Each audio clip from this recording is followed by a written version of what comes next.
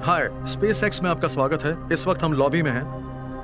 अपने शुरुआती दिनों में हम नासा के साथ मीटिंग्स कर रहे थे और वो कहते थे, देखते हैं ये इंटरनेट वाला है, पेपैल वाला है, शायद इसके पास बहुत ज़्यादा पैसा है और वो रॉकेट्स बनाकर उन्हें धुआं करना चाहता है। उनकी बात उस वक्त सही थी। हमने कुछ भी साबित नहीं किया था, मैंने कुछ भी साबित नहीं किया था। बिल्कुल शुरुआती दिनों में जब स्पेसएक्स ऑर्बिट में पहुंचने की कोशिश कर रहा था, तब उसके पास एक ही रॉकेट था, फैल्कन 1। उसे उसने 3 बार लॉन्च किया और तीनों बार नाकामी मिली। अब उसके पास सिर्फ एक मौका था, फैल्कन 1 की चौथी उड़ान।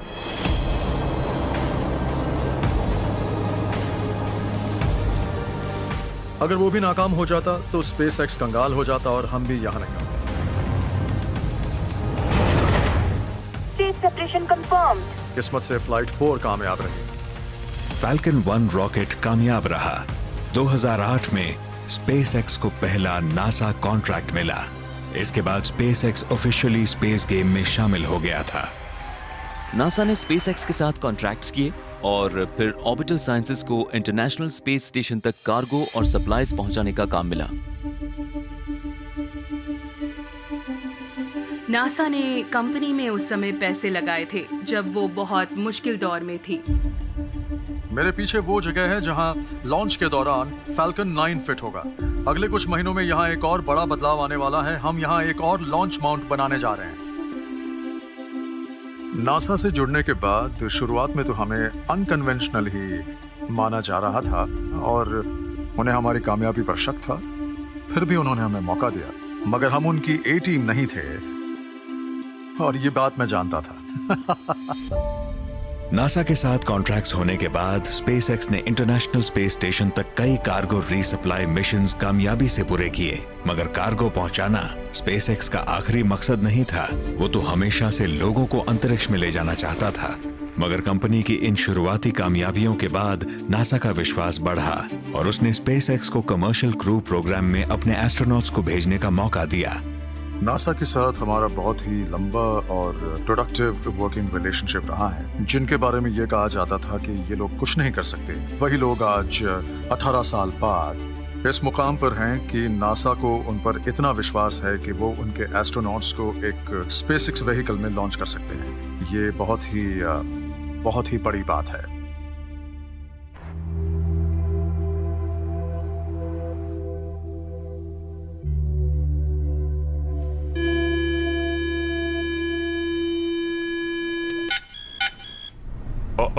हाँ, आपको क्या लगता ये है? आपको क्या हो रहा चिढ़ाने है? के लिए ऐसा है। लग रहा है कि वहाँ से थ्री स्टूजेस निकल हाँ, रहे लग रहा है हैं। जैसे सीधे मुझे तो हमारी ऐसा ही आंखों लगा। में देख रहा हूँ। डग हर्ली और बॉब बेंकन काफी एक्सपीरियंस्ड हैं। उनके पास कई साल का तजुर्बा है। वो दोनों अंतरिक्ष में जा चुके हैं। मैं पहले भी स्पेस शटल से जा चुका हूँ, कई मिशंस पर गया हूँ, स्पेस स्टेशन पर गया हूँ, कई असेंबली और स्पेस वॉक्स भी किए हैं। बॉब हेलो कह रहे हैं। मैं लास्ट शटल फ्लाइट STS 135 में गया था। उसके पहले STS 127 में भी गया था, जो एक असेंबली फ्लाइट थी। हम बड़े पुराने दोस्त हैं। 2000 में हम एक ही एस्ट्रोनॉट क्लास में थे, इसलिए हमारा साथ 20 साल पुराना है। और अब बहुत से लोग हमें सीनियर एस्ट्रोनॉट्स भी कहते हैं, जो बूढ़े हमें शेर। हम अंतरिक्ष में कभी साथ में नहीं गए। ये बात भी अपने आप में बड़ी एक्साइटिंग है। बॉब और डग अपनी बीवियों से भी उसी एस्ट्रोनॉट क्लास में मिले थे और दोनों ने एस्ट्रोनॉट्स से ही शादी की है, इसलिए उस मामले में भी दोनों बराबर ही हैं। यह मेगन मैकआर्थर, हमारी फ्लाइट इंजीनियर। एस्ट्रोनॉट कैरिन नाइबर्ग अपने मिशन पर इंटरनेशनल स्पेस स्टेशन जा रही है। अगर बीवी भी एस्ट्रोनॉट हो और उसे पता हो कि हम किन हालात से गुजरते हैं, वो जानती हो कि इन कामों में कितना वक्त लगता है, तो वो भी इस बात को समझती है। ध्यान रखना बैकअप्स काम कर रहे हों। डोंट वरी, हम उनसे काम करवा लेंगे। ये इतने भी बुरे नहीं हैं। उन्हें हर ऊंच नीच का अंदाजा होता है। इस वजह से हमें कई मायनों में आसानी हो जाती है, मगर कुछ मामलों में उनकी परेशानी बढ़ जाती है, क्योंकि वो रिस्क्स के बारे में जानते हैं। आप अपनी 3 साल के बेटे को घर छोड़कर आई हैं। शायद आप उसके प्री स्कूल के पहले दिन पर मौजूद नहीं रह पाएंगी।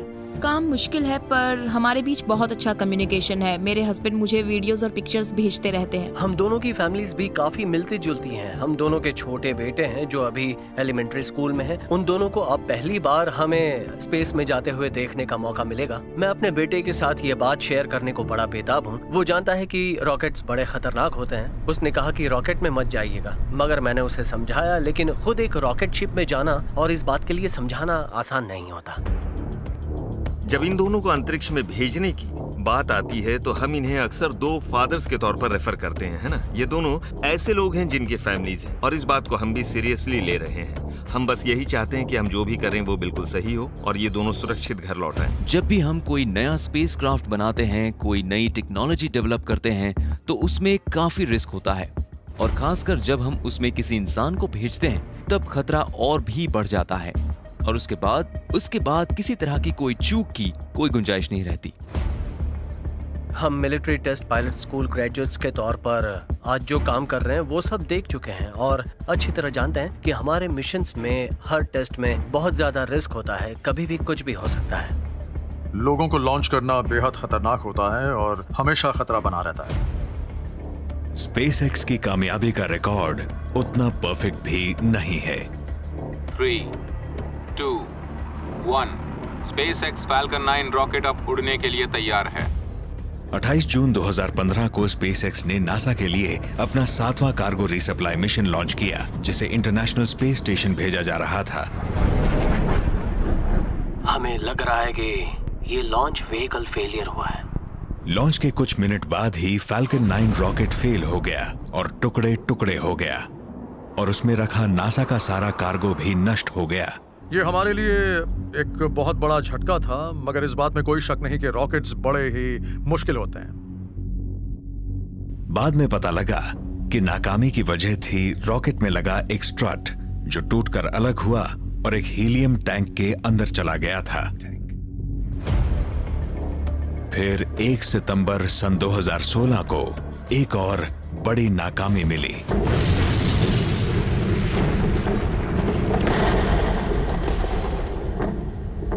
एक स्पेसएक्स फैल्कन 9 रॉकेट को एक कम्युनिकेशन सैटेलाइट को लॉन्च करना था, मगर वो टेस्ट फायर में ही नष्ट हो गया। ये भी टेस्टिंग का हिस्सा है। इस तरह की घटनाएं होती हैं और जब व्हीकल के अंदर कोई हो तब हमें इन चीजों को अवॉइड करना चाहिए कि हम नहीं चाहते कि ऐसा कुछ हो, इसलिए हम टेस्ट करते हैं और स्पेसएक्स हर चीज को उसकी पूरी कैपेबिलिटी पर टेस्ट करता है, इसलिए कई बार नाकामी भी मिलती है। इनमें से किसी भी मिशन में कोई इंसान नहीं जा रहा था, इसीलिए स्पेसएक्स की अगली नाकामी उसके लिए बड़ी मुसीबत खड़ी कर सकती थी।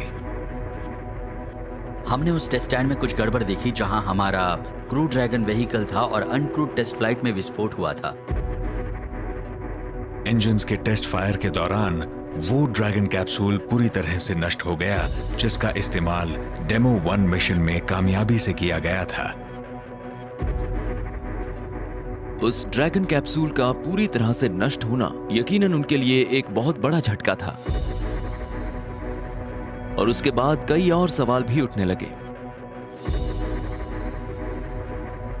ड्रैगन कैप्सूल के नष्ट होने के बाद मन में तरह तरह की बातें आने लगी थी। सबसे पहला सवाल आपके परिवार और दोस्तों की तरफ से होता है, क्या ये वही व्हीकल था जिसमें तुम जाने वाले थे? हम अपने बेटे को ये बात कैसे समझाते कि हम जो काम कर रहे हैं उसमें रिस्क तो है ही, मगर हमें ये भी करना पड़ता है। इसके बाद तो नासा के अंदर भी सवाल उठने शुरू हो गए थे कि क्या यह एक्सपेरिमेंट वाकई कामयाब हो पाएगा।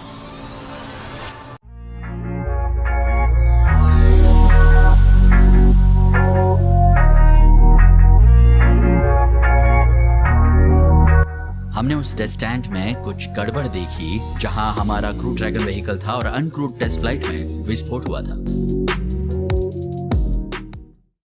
फ्लोरिडा स्पेस कोस्ट के बीचेस पर काफी लोग थे और अचानक ही उन्होंने आसमान में धुएं का एक ऑरेंज गुबार देखा। ये एक बड़ी ही मुश्किल चुनौती होती है क्योंकि एक छोटे से बच्चे को आप कैसे समझा पाएंगे कि ये जो कुछ भी हुआ है उसकी वजह क्या है। अच्छा है कि वो अभी इंटरनेट पर नहीं है, इसीलिए वो उन वीडियोस को बार बार नहीं देख रहा। मगर हम उसे फ्लोरिडा ले गए और उसे रॉकेट लॉन्च भी दिखाया।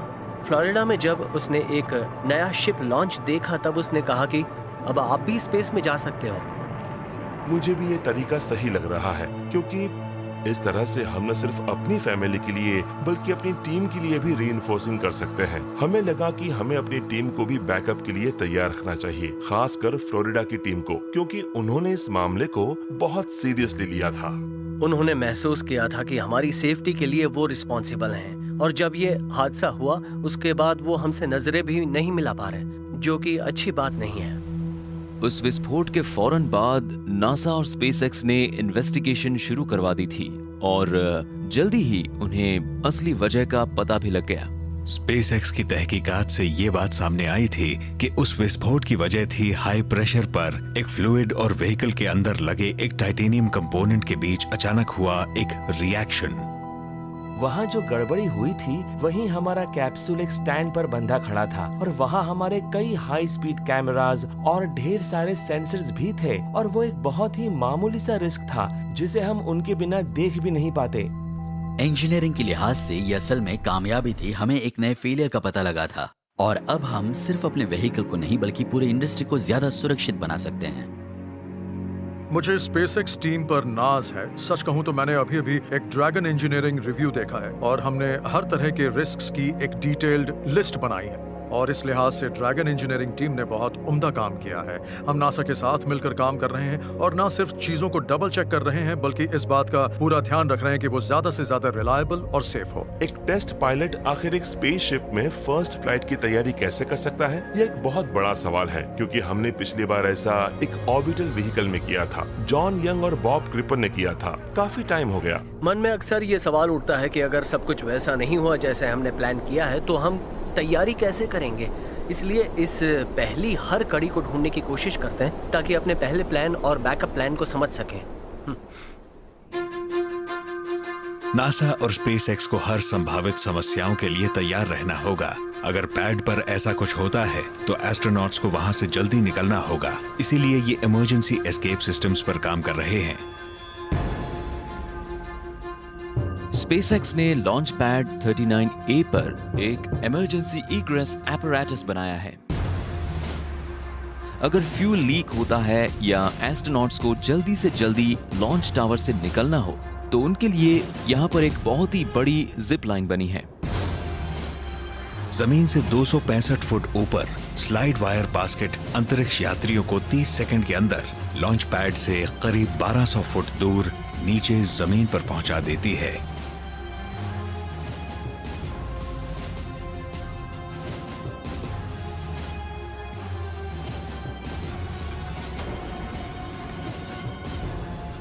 यहाँ आर्मर्ड व्हीकल्स भी तैयार होते हैं जिसमें बैठकर वो यहाँ से सुरक्षित निकल सकते हैं।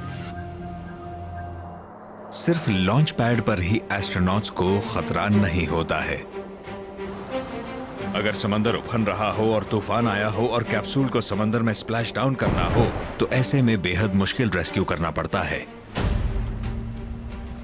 वाटर इग्रेस टेस्ट में हम नए क्रू मेंबर्स को एक इमरजेंसी सिचुएशन में पानी में तैरते कैप्सूल से निकालने की प्रैक्टिस करते हैं। जिस किसी ने भी डीप सी फिशिंग ट्रिप की होगी उसे पता होगा कि पानी में लैंडिंग के बाद लोग बहुत jल्दी सी सिक हो जाते हैं, भले ही वो स्पेस में नहीं गए हो। इसलिए पानी में लैंड करना फिजियोलॉजिकली भी एक बड़ा चैलेंज होता है। इसलिए हम देखेंगे किस तरह रिएक्ट करते हैं। जब एस्ट्रोनॉट्स अंतरिक्ष से वापस आते हैं वो पानी में लैंड करते हैं। हम उन्हें पानी के बाहर रिकवरी शिप पर लाते हैं और उसके बाद सबसे पहले ये देखते हैं कि वो हेल्दी हों और फिर तय करते हैं कि उन्हें वहाँ से कैसे लाना है। हम कोशिश करते हैं कि वो धीरे धीरे करें ताकि उनके बीमार होने का खतरा ना रहे। उनकी वापसी के बाद हम उन्हें कंफर्टेबल रखने के लिए बहुत कुछ करते हैं। एक एस्ट्रोनॉट के तौर पर हम ये सब करते हैं, एक टेस्ट पायलट के तौर पर हम ये सब करते हैं, और जब हमें पहली बार किसी व्हीकल को किसी के साथ उड़ाने का मौका मिलता है तो हम उस मौके को नहीं छोड़ते। जब हम टेस्ट पायलट स्कूल में जाते हैं तब हमें इस तरह की बातों का अंदाजा भी नहीं होता। ऐसा मौका हमें एक पीढ़ी में एक ही बार मिल पाता है।